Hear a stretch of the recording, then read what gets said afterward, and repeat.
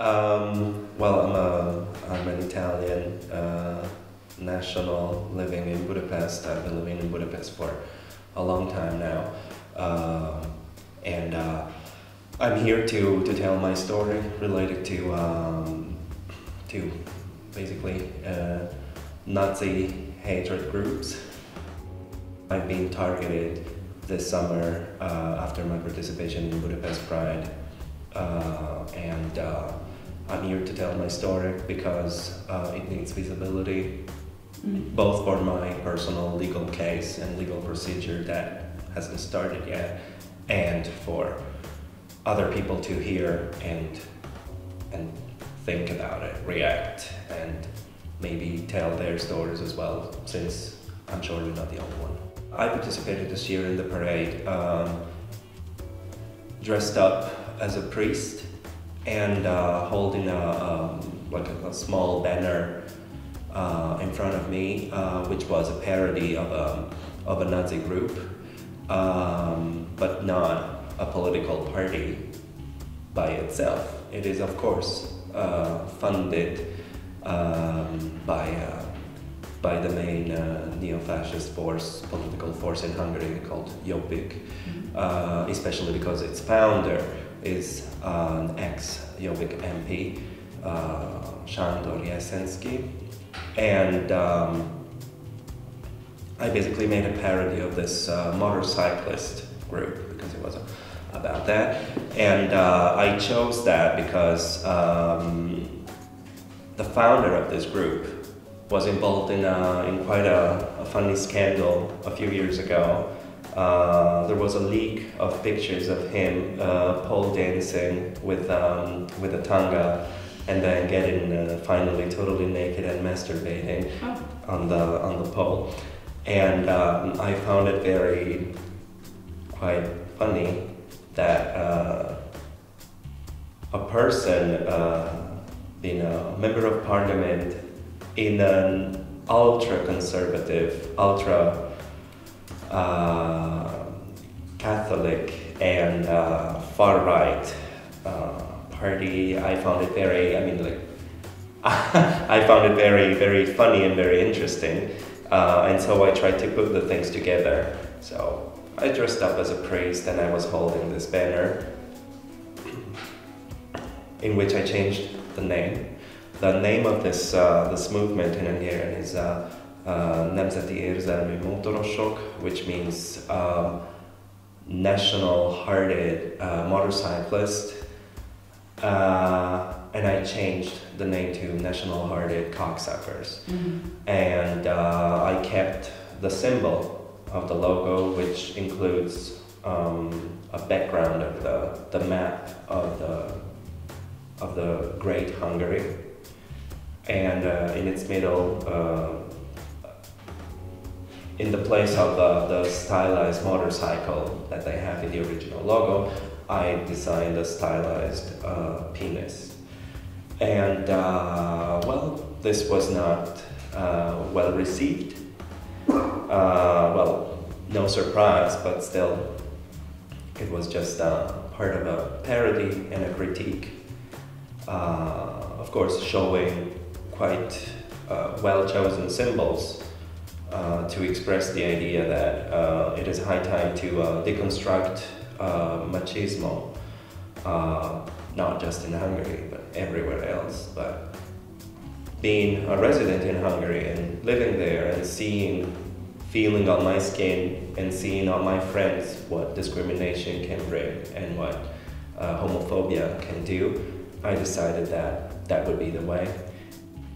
One morning I was going to work, and outside my door I found people looking for some names at the buzzer. I was actually I was almost up to help them until I saw their face when they saw me, and I realized that there was something going on. I realized that there was kind of something wrong with the fact that two people are looking at me as if they found me, whereas I don't know them, and whereas I have no clue what their intention is. And then one of them took immediately a picture of me, and then they went away. Let's say, yes, my Facebook inbox was flooded with insults. A friend of mine called me on the phone asking me to check an article online and to confirm whether the pictures contained there were really the pictures of my flat. It started as a chain reaction. Hour by hour, there would be more comments on this article in this Nazi page, and I started receiving personal messages as well. My workplace, the reception was flooded with emails and telephone calls from several, let's call them Nazi press agencies, together with Christian activist groups asking my employer to fire me. Mm-hmm. The shock became stress in a few hours, I would say. And so I decided to leave work that day and go straight to the police headquarters and file a lawsuit. They were just, writing what I said and registering, saying that, okay, please let us know if anything else happens. We will contact you again in the following days. I just went home, took a bag, put the most important things that I had in there, and went sleeping at a friend's place for that night. During the night, I got other messages, lots of other messages. I got in at work, and within a few hours, I had people waiting for me outside the office. I even received a visit of so-called visit of an ex-Jobbik MP, member of parliament. He was there together with some friends of his, filming this and publishing it on YouTube, asking pretty much a meeting with me and my employer to, I guess, teach me a lesson, get me kicked out of the company, I don't know. The head of security of the company immediately called the police and chased them away. Eventually I had to go to the police again. I brought them a collection of a good portion of the insults and the death threats that I received. They didn't even take a look at that. Towards the end of the conversation, a colleague of the detective I was talking to called me faggot. And that was the end.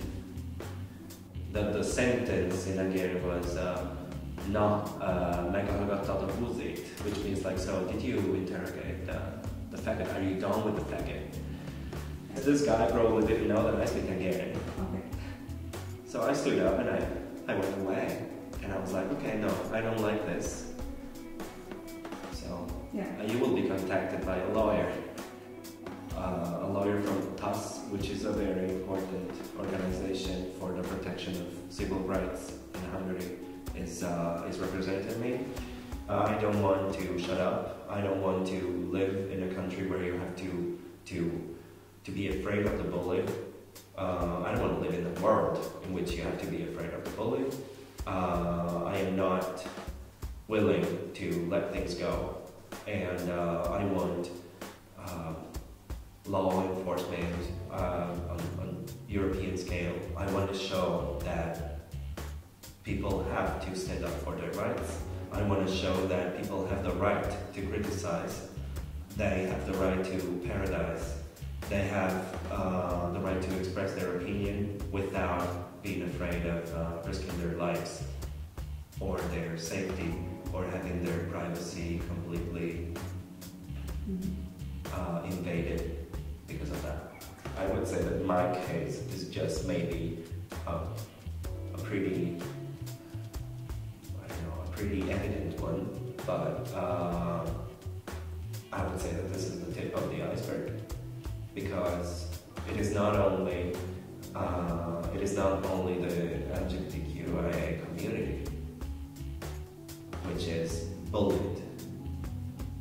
It's this is really like pretty much all minorities are targeted.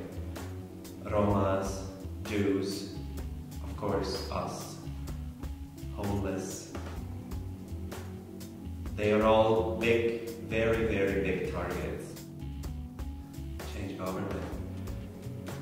Change a government, because a government that doesn't take any stance towards discrimination is a government that is not going to be able to provide a democracy in the country. But it's no surprise that this government is not democratic. Well, Viktor Orban said that himself. Democracy is over. Until people are touched personally, they won't probably react to anything. They won't care. And this, I think, is the main problem. The apathy, complete apathy, in which, of course, a government like the one put up by Fidesz can thrive in. Yeah, pretty much I'm trying to keep a lower profile when it comes to where I live. They still know where I work. I didn't leave the place. I had to leave it for a few weeks. But I was not fired. However, they probably would have liked it, but no. I still work there, so if they want to visit me, then they have to come to the office. But you're not afraid? There was a moment in which I was afraid, of course, and that's why I moved from apartment to apartment. Now I'm disgusted and